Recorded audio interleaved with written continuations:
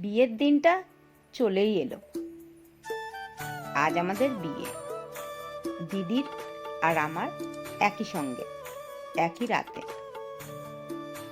দিদির বিয়েটা রাত 11টা থেকে লগ্ন, আমার বিয়েটা রাত 2টো থেকে লগ্ন। বিয়েটা শুরু হয়ে গেছিল। সালটা আমার অতটা মনে নেই, হ্যাঁ দিনটা আমার মনে আছে। জানুয়ারির 17 তারিখ আমাদের দুজনের বিয়ে হয়েছিল। আমার যে শ্বশুরবাড়িটা না গ্রাম না শহর, গ্রামই বলা চলে, আর দিদির শ্বশুরবাড়িটা খুবই গ্রাম। যাই হোক, দিদির বিয়েটা আগে হয়ে গেল, তারপরে আমারটা। বিয়ে তো হয়ে গেছে দুজনেরই। বরযাত্রী এসেছিল আমার শ্বশুরবাড়ি থেকে 60 জন মতো, দিদির শ্বশুরবাড়ি থেকে এসেছিল 45 জন মতো। বিয়েতে যতই অভাব যাক, বাবা মা আমার ফ্যামিলির লোকে সম্পূর্ণভাবেই করিয়েছিল। খাওয়া দাওয়ার দিক থেকে কোনো কিছুতে কমই করেনি। আমি বলছি না এটা, বিয়ের পরে যখন শ্বশুরবাড়িতে গেছি পাড়ার লোকে আলোচনা করছিল, তাই শুনেছি, তাই তোমাদের বললাম। সবকিছুই মোটামুটি দিয়েছিল, মাছ মাংস মিষ্টি পাঁপড় দই, যেগুলো আর কি বিয়েতে নর্মাল দেয়। লোকও ভালোই হয়েছিল। বিয়েটা হয়ে গেল, শুনলাম দিদিদের একটু লেটে বেরোবে, আমাদের একটু দূরে শ্বশুরবাড়িটা, তাই আমাদের একটু তাড়াতাড়ি বেরোবে। ওদিকে কে যেন বলে উঠলো, অনেক রাত হয়ে গেছে, যে যেতে যেতে সকাল হয়ে যাবে, তাড়াতাড়ি সব বাসে ওঠো, বরযাত্রীদের বলে উঠলো। আমার কানে সেটা এলো। আমি এদিক ওদিক না দেখে শ্বশুরবাড়ি যেতে হবে, ওদের পিছন পিছনে আমিও আগে আগে গিয়ে বাসে বসে পড়লাম। যখন বাসের দিকে হেঁটে হেঁটে যাচ্ছিলাম, ওনার থেকে এক ঘর থেকে দেখি মায়ের কান্নার আওয়াজ শুনছি। মা হু হু করে কাঁদছে। দুটো দুটো মেয়ে বাড়ি থেকে যে বিদায় হচ্ছে, মা তো কষ্ট তো হবেই।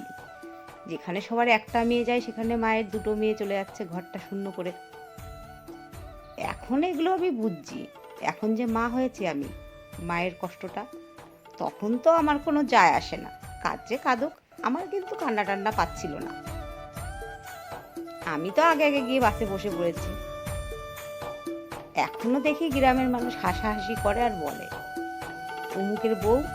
যখনই বললাম বাসে ওঠো সবাই, আগে আগে গিয়ে বাসে উঠে বসে পড়ল। বিয়েতে খরচটা মোটামুটি করেছিল।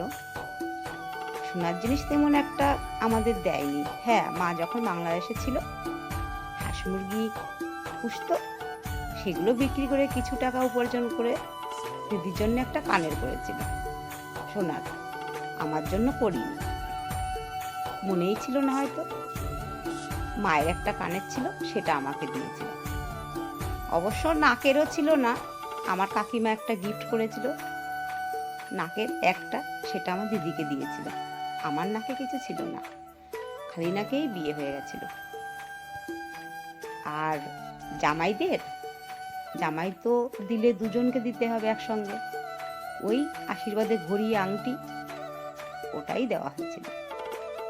অবশ্য 1 বছর পরে মা কষ্টে মষ্টে দুটো চেন দু জামাইকে দিয়েছিল বানিয়ে, দাদাবাবুকে একটা, ওনাকে একটা।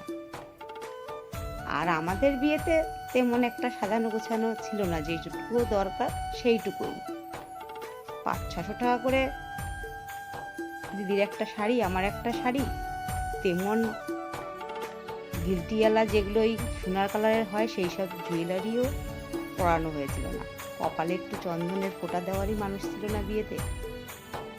মানুষদের তো বান্ধবীরা দেয়, তখন তো আমার বান্ধবীগুলোও ছোট, ওরাও তো তেমন একটা কিছুই পারে না, তো তেমন একটা সাজায়নি।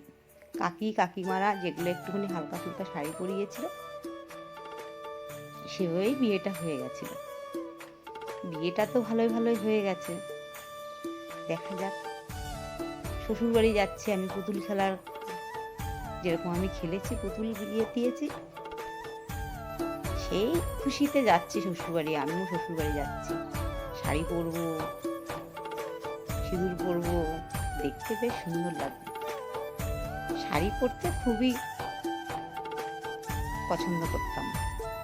মাঝে মাঝে মায়ের একটা শাড়ি পরতাম, গুজে যখন কোমরে পরতাম দেখতাম পেটটা এতটা উঁচু হয়ে থাকতো, তবুও শাড়ি পরার চেষ্টা করতাম। কেন জানি না শাড়িটা পরতে খুব ভালো লাগতো। এখন অবশ্য আর ইচ্ছা করে না। আগে যে কখনো পরিনি, এখন তো তার উল্টো। যাই হোক, শ্বশুরবাড়ির দিকে রওনা দিয়েছি।